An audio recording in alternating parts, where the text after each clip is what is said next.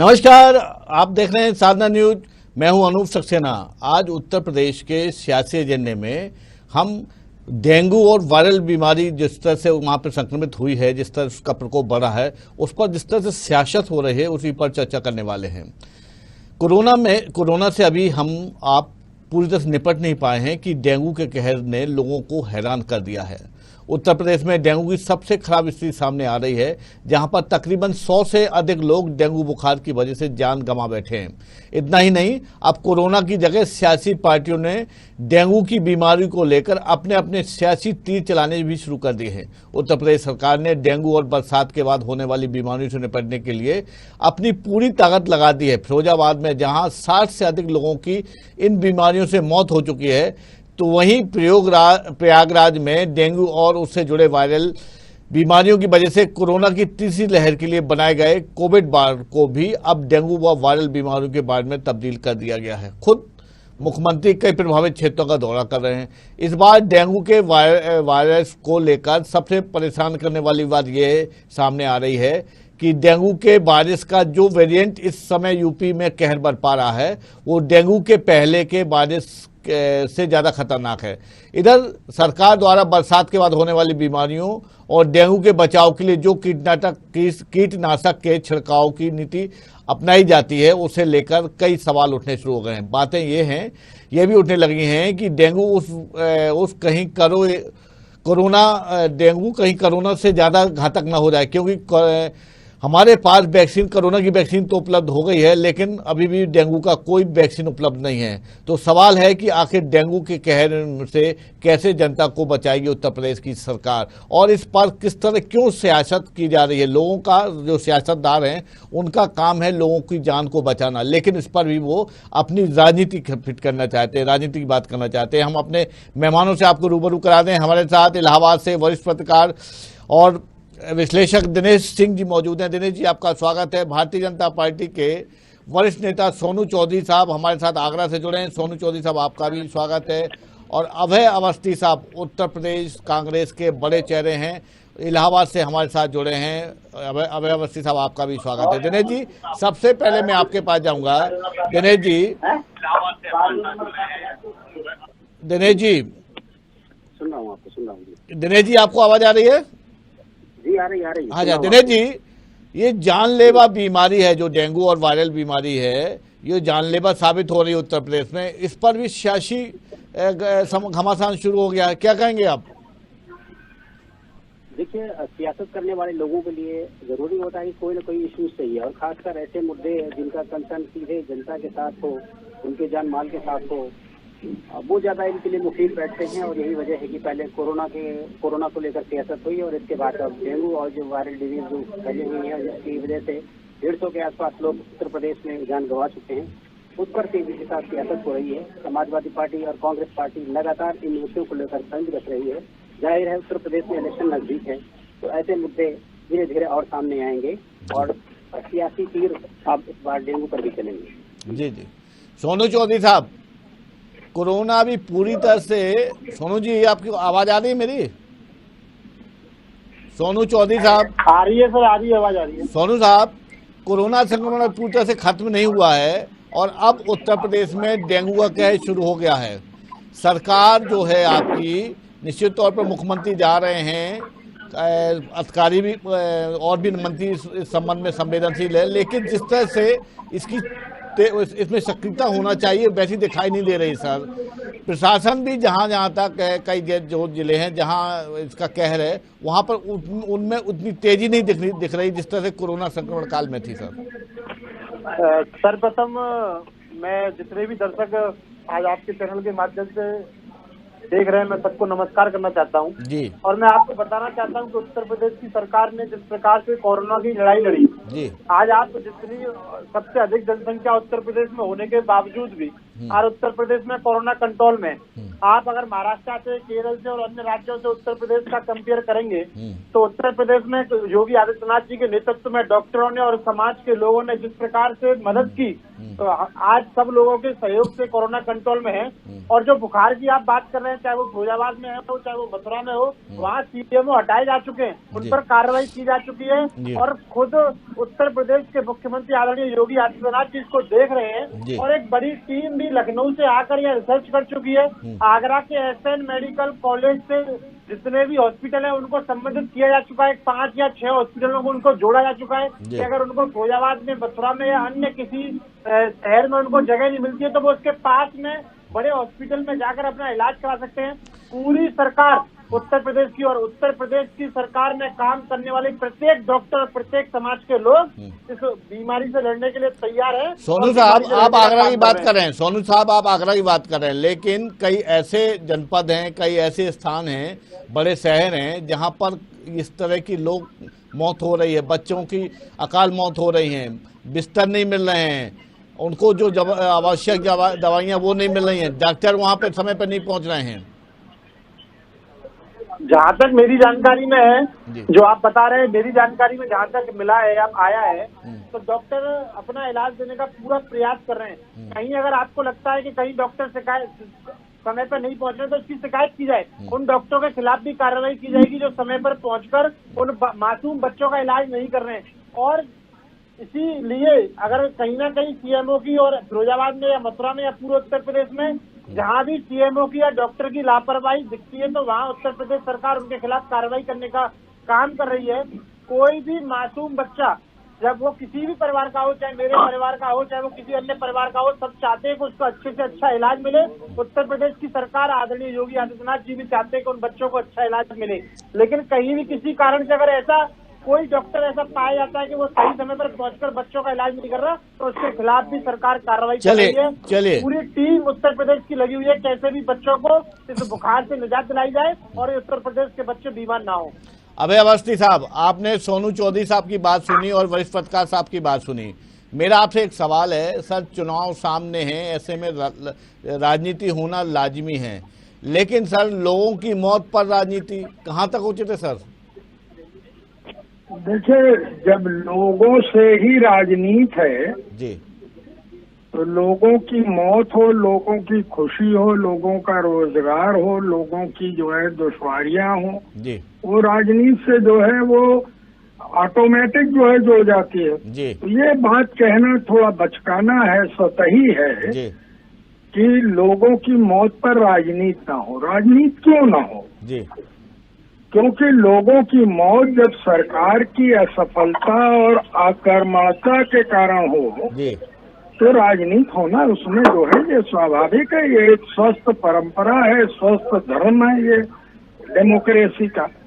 जी जी, हम देखते ये हैं जी कि बरसात के बाद, सावन के बाद और भादों के बाद जब बरसात ढलान पे आती है जी जी, तो इस तरीके के संक्रमण जो है वो हर साल जो है उत्तर प्रदेश और बिहार और ये इन इलाकों के अंदर जो है ज्यादा आते हैं। जी तो सरकार पहले से काहे नहीं तैयारी कर लेती है? जी जी, अभी जैसा कि जो है आपके जो है हमारे आगरा वाले साथी कह रहे थे कि वो योगी आदित्यनाथ जी की सरकार जो है जी वो बड़ी तेजी से लड़ाई लड़ रही है, जी, तो हम खाली उनसे ये पूछना चाहते हैं जी कि क्या जो है जब बरसात ढलान पे आ गई तो उन्होंने जो है वो जो संक्रमण रोकने के लिए छिड़काव, वैक्सीन पाउडर, ये सब जो है क्यों नहीं शहरों के अंदर किया?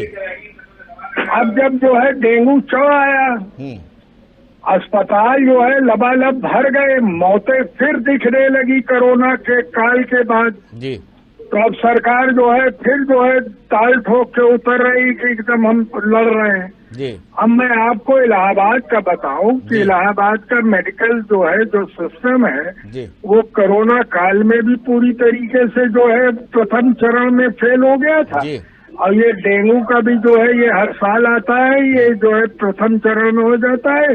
जब मरीज जो है ठीक हो जाते हैं या मर जाते हैं तो उसके बाद फिर कंट्रोल जब जब कम होने लगता है तो बताते हैं हमने कंट्रोल कर लिया। चलिए, अब भाई ये भी हो सकता है कि इन लोगों के पास कोई जो है ये विश्व गुरु लोग हैं, इनके पास कोई जंतर मंतर हो, ये मंतर मार के ठीक कर देते हो। चलिए, क्योंकि जवाब ले लें हॉस्पिटल सर। में आखिरी बिल्कुल, सुन लीजिए, बिल्कुल। आखिरी सुन लीजिए कि हॉस्पिटल में आलम ये है हाँ, कि हॉस्पिटल कह दे रहे हैं देखो भाई सरकारी में इलाज बढ़िया नहीं हो रहा है, सर। जिनसे उनकी सेटिंग है वो प्राइवेट वाले में मरीज को भेज रहे हैं ताकि वहाँ गर्दन उतार ले जो है मरीज के, जो है अपने बच्चे को बचाने के लिए हम अपने बच्चे को अगर प्राइवेट में ले गए तो हमारी गर्दन काट ली जाए। ये हमारे इलाहाबाद की व्यवस्था। सोनू चौधरी साहब, अब आपने अवस्थी साहब की बात सुनी, उनका कहना है कि आप बिल्कुल पहले से प्रिपेयर नहीं, आपने कोई तैयारी ही नहीं की है, जबकि ये मौसमी बीमारियां होती हैं, ना तो आपने छिड़काव कराया, ये हर बार आती है, हर बार आती हैं। और जिस तरह से उनका सीधा आरोप है कि जिस तरह से कोरोना संक्रमण काल में आप लोग विफल रहे हैं, उसी तरह इस बीमारी को और वायरल रोग को रोकने में, बुखार को रोकने में आप लोग असफल साबित हो रहे हैं। मैं अवस्थी जी का ध्यान जो है जी भाई साहब से कहना चाहूंगा जी कि ये जो बीमारी किसी हर जिले में, उत्तर प्रदेश के प्रत्येक जिले में जो बीमारी को रोकने के लिए छिड़काव और उसकी कार्रवाई की गई थी, जी कुछ जिलों में ही आपको ये बीमारी देखने को मिल रही होगी। जी। पूरे उत्तर अगर ये बीमारी फैलती तो वो ऐसा नहीं है कि वो फिरोजाबाद में आएगी, लखनऊ में आएगी या इलाहाबाद में आएगी, लखनऊ में भी साहब रोज मिल रहे हैं बीमार। वही आप मैं- जहाँ वही जिन मैं जिनके बता- शहरों का मेरी नाम ले बात- रहे हैं, रोज बीमार वहाँ पे भर्ती हो रहे हैं, बच्चे हो रहे हैं, बड़े हो रहे हैं। मेरी बात तो पूरी हो जाने दो, मैं जी, क्या बोल रहा हूँ। जी जी मैं ये कह रहा हूँ कि कहीं भी ऐसा नहीं है कि कहीं भी छिड़काव नहीं किया गया, छिड़काव किया गया है। कुछ शहरों में बीमारियां मिल रही हैं, कुछ में नहीं मिल रही हैं। जी जी मैं आपको कहना चाहता हूं कि अगर कहीं बीमारियां चल रही हैं तो जो सरकार की जिम्मेदारी होती है कि व्यक्ति को इलाज मिले, सरकार की जिम्मेदारी होती है कि बच्चे को इलाज मिले, उसको हॉस्पिटल में जगह मिले, वो जी। पूरी सरकार, हमारी योगी आदित्यनाथ जी की सरकार वो देने का काम कर रही है। जी, जी। मैं जो अवस्थी जी बता रहे थे, आज आप पूरे उत्तर प्रदेश में जिस प्रकार से कोरोना हमको देखने का आया, वो त्रासदी केवल उत्तर प्रदेश या भारत वर्ष में ही नहीं, पूरे दुनिया में थी।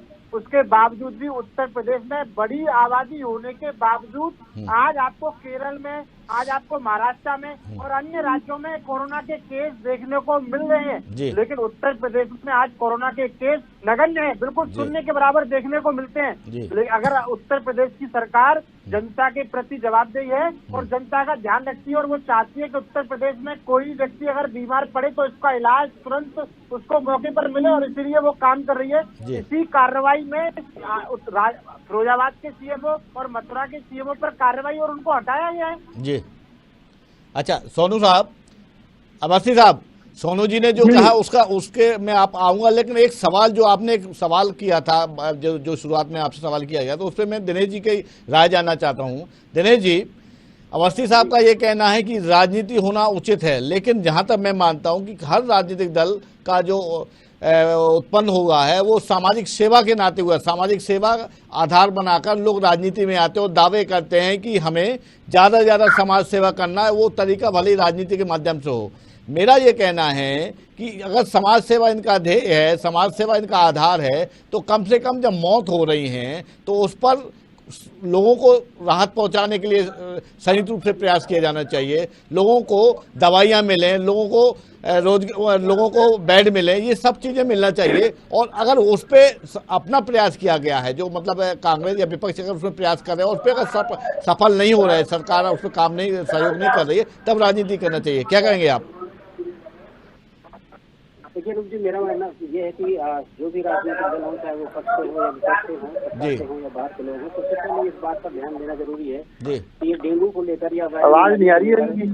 जी, जी। सरकार की नीति क्या है और उस नीति में क्या कमियां क्या हैं। जी। मैं थोड़ा सा इशारा करना चाहूंगा, सरकार की जो नीतियां हैं जी। डेंगू या वायरल डिजीज से लड़ने के लिए जो उन्होंने अडॉप्ट की है, जी। वो इस समय रिडंडेंट हो गई है, एक तरीके से पूरी जी। तरह प्रासंगिक नहीं है। जी WHO की तरफ से कमेटी गठित की गई और उसमें स्वामीनाथन साहब थे, उन्होंने इस चीज को रेखांकित भी किया और कहा भी कि यहाँ पर जो डेंगू और उससे जुड़ी हुई दूसरे बुखार हैं उनको खत्म करने के लिए, कम करने के लिए जो नीति अपनाई जाती है, उसमें सबसे पहली बात तो ये होती है कि हमको कीटनाशकों का छिड़काव करना है। जी ये साइंटिफिक फैक्ट है, प्रूव भी हो गया है कि जो कीटनाशक इस्तेमाल किए जाते हैं डेंगू को मच्छर को मारने के लिए, वो डेंगू के केवल वयस्क मच्छर को मारते हैं। जी जो लार्वा, जो सबसे ज्यादा डेंगू को फैलाता है, मच्छर का जो लार्वा होता है, जी, जी। उसको, उस पर ये अप्रभावी है। तो जी, जब जी। अप्रभावी है तो उसके लिए कोई ऐसा वैकल्पिक कीटनाशक या कुछ ऐसी चीज दवा लाएं जो जिससे कि लार्वा मर सके, क्योंकि लार्वा ज्यादा संख्या में अटैक करता है और ज्यादा संख्या में बड़ा होता जी। है। उसको लेकर सरकार के पास कोई इस तरह की नीति नहीं है। दूसरी बात, उस कमेटी ने ये भी कही थी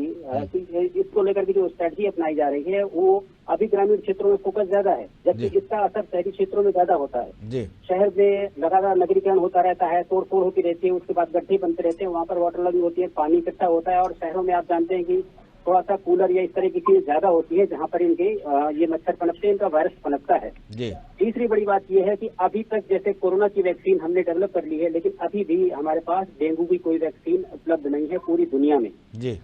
2015 में एक प्रयास किया गया था मेक्सिको में, जब इसकी एक वैक्सीन बनाई गई, डेंगू वैक्सिया। जी। लेकिन सबसे बड़ी बात यह है कि जब वो 80,000 बच्चों में दी गई जो फिलीपींस के, उसमें से 10 बच्चे मर गए थे, जिसके बाद उसका ट्रायल रोक दिया गया, उसका इस्तेमाल किया गया। जरूरत इस बात की है कि इसके वैक्सीन को लेकर के गंभीर प्रयास किए जाएं और छिड़काव की जो सरकारी नीति है उसको एक बार रिव्यू किया जाए और ऐसे कीटनाशक या ऐसे जो केमिकल है वो इंट्रोड्यूस किया जाए जो कि लार्वा को मार सके।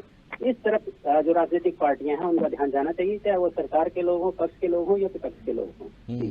लेकिन सर मैंने कहा एक सवाल किया है आपसे, आपने हालांकि उसका जवाब तो दिया है, लेकिन मैं स्पष्ट आपसे जानना चाहता हूं कि संकट काल में क्या राजनीति करना प्रासंगिक है सर? क्या दिनेश जी? देखिए संकट काल में राजनीति करना उस समय प्रासंगिक है जब उस राजनीति के करने से जनता का भला हो जाए। राजनीति के लिए ना हो करके अगर सरकार को चेताने के लिए किया जाए कि हाँ आपकी जो नीतियां हैं इस बीमारी से लड़ने के लिए उसमें ये खामियां हैं, जो मीडिया काम कर रहे हैं अगर वही काम किसी न किसी रूप में राजनीतिक दल करें तो मुझे लगता है ये एक सकारात्मक राजनीति होगी और इसके फायदे भी होंगे। तो इन चीजों के ऊपर अगर फोकस करती हैं पार्टियां तो ज्यादा फायदा होगा, जनता का भी होगा। और जो हमारी कल्याण की नीति, जिसकी सेवा की नीति की बात करते हैं, जिन मकसद को लेकर के हमारी पार्टियां सामने आई हैं, इनका गठन हुआ है, वो भी ज्यादा कारगर होगा। चलिए, अभय अवस्थी साहब, सोनू चौधरी साहब ने जो सवाल खड़े किए उसका जवाब चाहता हूं मैं आपसे, और एक सवाल भी आपसे जोड़ लूं। सर, भाजपा कहती है कांग्रेस सहित कई विपक्षी दल कोरोना संक्रमण काल में बिल्कुल नदारद रहे, दिखाई नहीं दिए, सारा काम सरकार ने किया है। सोनू चौधरी साहब का कहना है कि पूरे देश में, देश के कई राज्यों में अभी भी कोरोना संक्रमण है, लेकिन उत्तर प्रदेश की स्थिति बहुत अच्छी है। क्या कहेंगे आप? केवल एक बात कहूंगा जी कि सोनू चौधरी साहब के जो है प्रधानमंत्री जी ने जी कोरोना काल में एक नया जो है राजनीतिक और सामाजिक दर्शन दिया इस देश को जी कि आपदा में अवसर। जी आपने भी सुना होगा, बड़े बढ़ चढ़कर इस पर प्रचार हुआ। जी जी और आपदा में अवसर के तहत जी अडानी अंबानी से लेके भारतीय जनता पार्टी से जुड़े हुए जितने डॉक्टरों के नर्सिंग होम हैं और ऑक्सीजन बनाने वाले जितने जो है आपके ऑक्सीजन उत्पादक हैं, एक सर्वेक्षण खाली करा लीजिए। और दवा वाले आप भी महसूस कर रहे होंगे कि कोरोना काल ने एक सबसे बड़ा जो वरदान दिया इस देश के समाज के लोगों को, जी सर, कि छोटी सी छोटी क्रोसिन नामक दवाई भी जो है, जो 1 रुपए की एक टेबलेट थी, वो भी जो है 20-20 रुपए की बिक गई। जो है मैं बधाई देना चाहता हूँ सोनी चौधरी साहब को कि आपदा में अवसर का इतना सुंदर नजारा किसी देश में जो है देखने को नहीं मिला, जो प्रधानमंत्री जी के नारे ने असर किया। जी नंबर 1 जी जो बात आप कह रहे हैं, तो मैं याद दिलाना चाहता हूं कि 2 साल पहले जो है गोरखपुर में जो बच्चों का बुखार और डेंगू और इन्फ्लुएंजा और फ्लू, जो भी नाम हो उसको जो है आप लोग तमाम नाम से प्रचारित किया।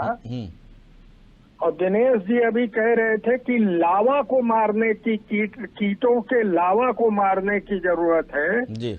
तो लावा को मारने के बजाय जो है उत्तर प्रदेश की सरकार ने डॉक्टर कफील को पकड़ लिया गर्दन और कहा यही सबसे बड़ा अपराधी है यहाँ गोरखपुर में बच्चों की मौत का।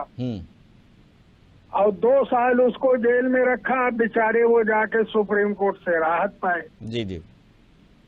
तो ये करने की क्या जरूरत है? छोटे मासूम बच्चों की मौत ना हो, बच्चे हमारे हों या भाजपा के जो है घर के हों या किसी सेकुलर दल के बच्चे हों, बच्चे बच्चे हैं, बिल्कुल सर, है ना? जी। इनकी मौत रोका जाए। जी। मैंने जो पहला सवाल उठाया जी कि ये जो आपकी जो है जितने भी संक्रमण है बरसात के बाद के, ये एकदम जो है इनकी लिस्ट है, इनके चार्ट बने हुए हैं।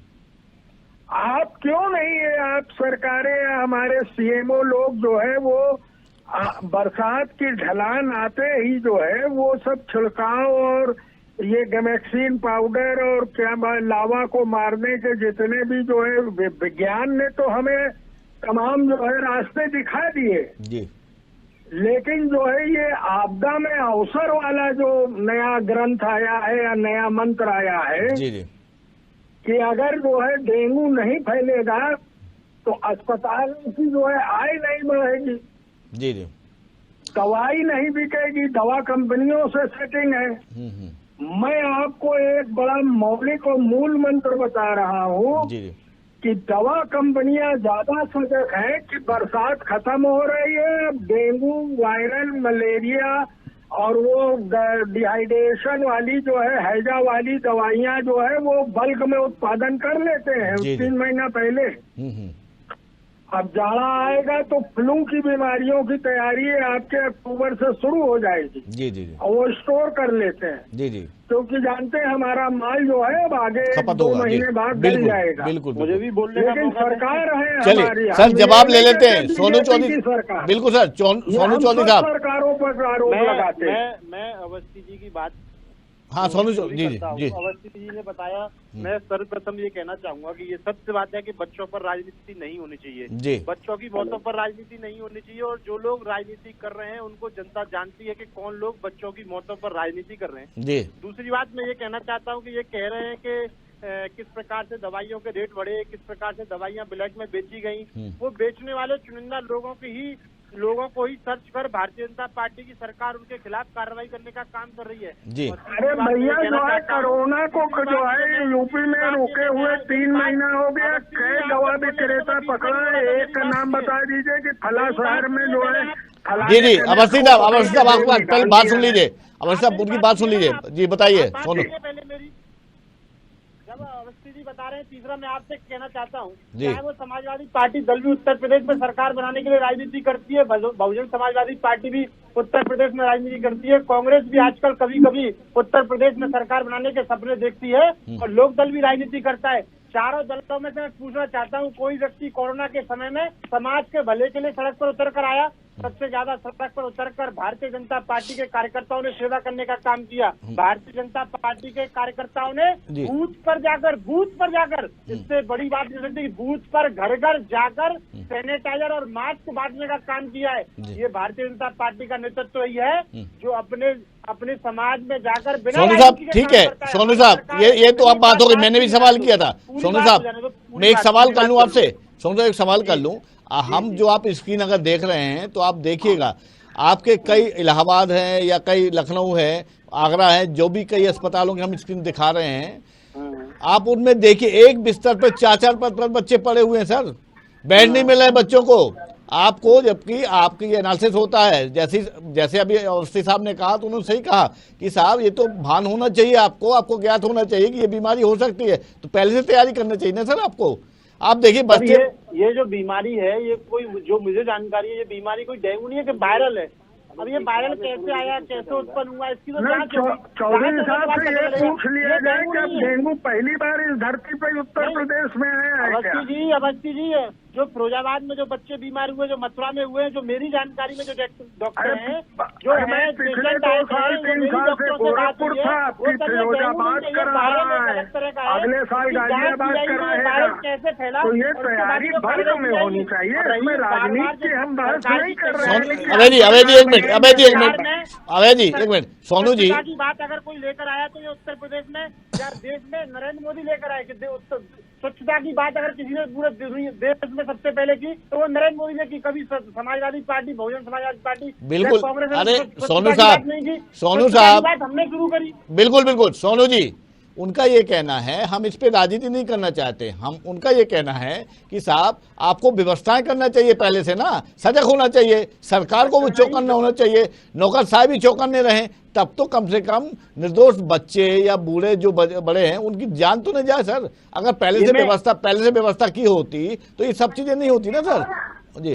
सर ये मैं ये कहता हूँ आपसे कि जितनी जो लोग भी इस चीज के जिम्मेदार हैं उनके खिलाफ कार्रवाई हो चुकी है, उनको सीएमओ को हटाया जा चुका है। फिर भी मैं ये कहता हूँ कि जिन बच्चों को आपको लगता है कि कहीं 4 बच्चे हैं, कहीं 5 बच्चे हैं, उनमें कहीं वहाँ सीएमओ से बात करिए, डीएम से बात करिए, नहीं हो तो भारतीय जनता पार्टी के कार्यकर्ताओं से हमसे संपर्क करके हम उनसे बात कर सकते हैं। चलिए दिनेश जी दोनों मेहमानों से एक एक सवाल आप भी कर लीजिए सर।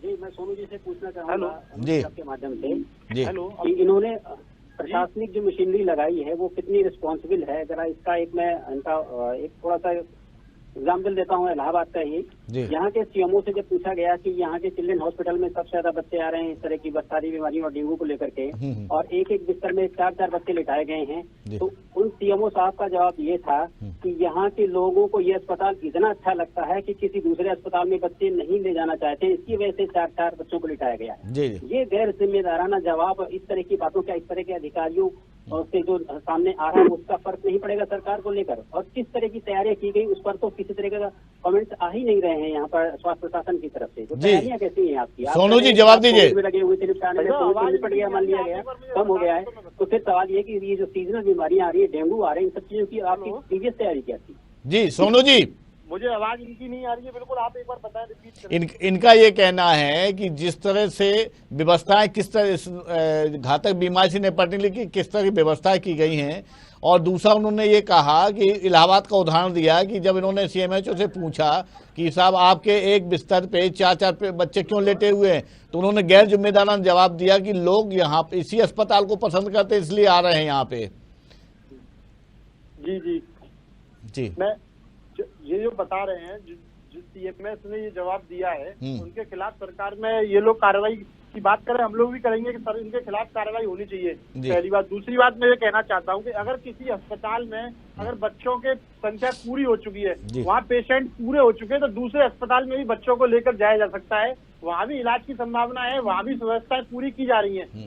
तीसरी बात मेरी ये है कि जो आप बता रहे हैं कि क्या व्यवस्थाएं की गई है, जितने भी हॉस्पिटलों के आसपास के शहरों के जो बड़े हॉस्पिटल हैं उनको उनसे अटैच कर दिया गया है। उन बच्चों को वहां एडमिट के बाद अगर वो अस्पताल में पूरी संख्या हो जाती है तो बड़े अस्पताल में जाकर भी उन बच्चों को एडमिट करा के इलाज लिया जा सकता है। मेरा सिर्फ आपके चैनल के माध्यम से देखने वाले सभी लोगों से और अपने जो साथ जुड़े उनसे भी ये निवेदन करता हूँ कि आपके जानने वाला यदि कोई बच्चा बीमार होता है तो आप खुद भी उसकी पैरवी करें, खुद उसको लेकर जाएं। अगर किसी हॉस्पिटल में एडमिट ना करें, ऐसा कोई भी अस्पताल, जो योगी आदित्यनाथ जी का साफ निर्देश है कि कोई भी अस्पताल पैसे की कमी के अभाव में या किसी भी प्रकार से वो मना नहीं कर सकता। ठीक है सर, समय बहुत कम है सर, समय की मर्यादा है। दिनेश जी जल्दी से अभय जी से भी एक सवाल पूछिए आप। जी, अभय अवस्थी जी से मेरी थोड़ी सी जिज्ञासा है कि अवस्थी जी हर साल ये बीमारी आती है, सरकारें आती हैं जाती हैं, लेकिन पिछली सरकारों ने क्या इसे लेकर के कोई ऐसी ठोस रणनीति नहीं बनाई या R&D के ऊपर इतना खर्च नहीं हुआ जिसकी वजह से इसका माकूल रास्ता नहीं निकल रहा है और लगातार ये बीमारी बढ़ती जा रही है? तो क्या भाजपा की ही बात नहीं है, पिछली सरकारें जो रही हैं उन्होंने इस पर क्या रणनीति बनाई और इस पर डिबेट क्यों नहीं होती कि जो स्ट्रैटेजी बनाई गई, जो नीतिगत इसमें कमियां हैं, उस पर क्यों नहीं बात होती? जल्दी से अभय जी, समय की मर्यादा है, जल्दी से जवाब दीजिए प्लीज। दिनेश जी की आवाज कम आई, आप जरा सवाल उनका संक्षेप में बता दें। दिनेश जी का ये कहना, दिनेश जी आप एक बार सवाल फिर से दोहरा दीजिए। अवश्य जी, मेरा कहना ये है कि सरकार कोई भी हो, लगभग हर साल पिछले आजादी के बाद से लगातार डेंगू या इस तरह की बीमारियां आ रही हैं और उस पर लगातार सरकार की जो स्ट्रेटजी रहती है इलाज करने की या इससे काबू करने की, वो फेल हो रही हैं। उस पर सियासी पार्टियां क्यों नहीं डिबेट करती? डिबेट इस पे होना चाहिए कि आपने जो नीतियां बनाई उसमें क्या कमियां हैं, उससे R&D पर बात क्यों नहीं होती, कितना R&D खर्च हुआ? जी अभय जी बताइए। पार्टियों को नहीं तो मैंने ये पहले ही कहा कि इसमें जो है राजनीति ना हो कि तुम जो है दोषी हो कि हम दोषी हैं। जी, मैंने कहा कि इसमें सरकार को बेहतर तैयारी करना चाहिए। बच्चे कोई भी हो, उनकी मृत्यु से पीड़ा होती है, हर व्यक्ति को होती है। जी जी। और हम ये कहें कि हम बहुत बढ़िया कर रहे हैं, हम एकदम जो है वो कर देंगे, तो ये जो है ठीक नहीं है। और इस पर जो है हम मानवीय आधार पर, हमें जन स्वास्थ्य के आधार पर एक व्यापक नीति बनाना चाहिए। निश्चित तौर पर अभय जी, बस समय की इतनी ही मर्यादा है, समय का इतना ही सीमा है सर। निश्चित तौर पे आपने कहा कि इसमें दलगत राजनीति से उठकर सामाजिक जीवन के लिए अच्छा करना चाहिए, जिससे कम से कम अकाल मौतें न हो सकें। इसमें राजनीति बिल्कुल नहीं होना चाहिए, और विशेषकर जब बीमारियां जानलेवा हो तो उसमें सामूहिक सारे हाथ एक साथ उठना चाहिए, जिसमें लोगों की जान बच सके। इस चर्चा में आज इतना ही। अभय अवस्थी साहब आपका, दिनेश जी आपका, और सोनू चौधरी साहब, आप तीनों मेहमानों का बहुत बहुत धन्यवाद। हम फिर कल एक सियासी एजेंडे, उत्तर प्रदेश के सियासी एजेंडे में नए पैनल के साथ आपके सामने हाजिर होंगे। तब तक के लिए देखते रहिए साधना न्यूज। नमस्कार।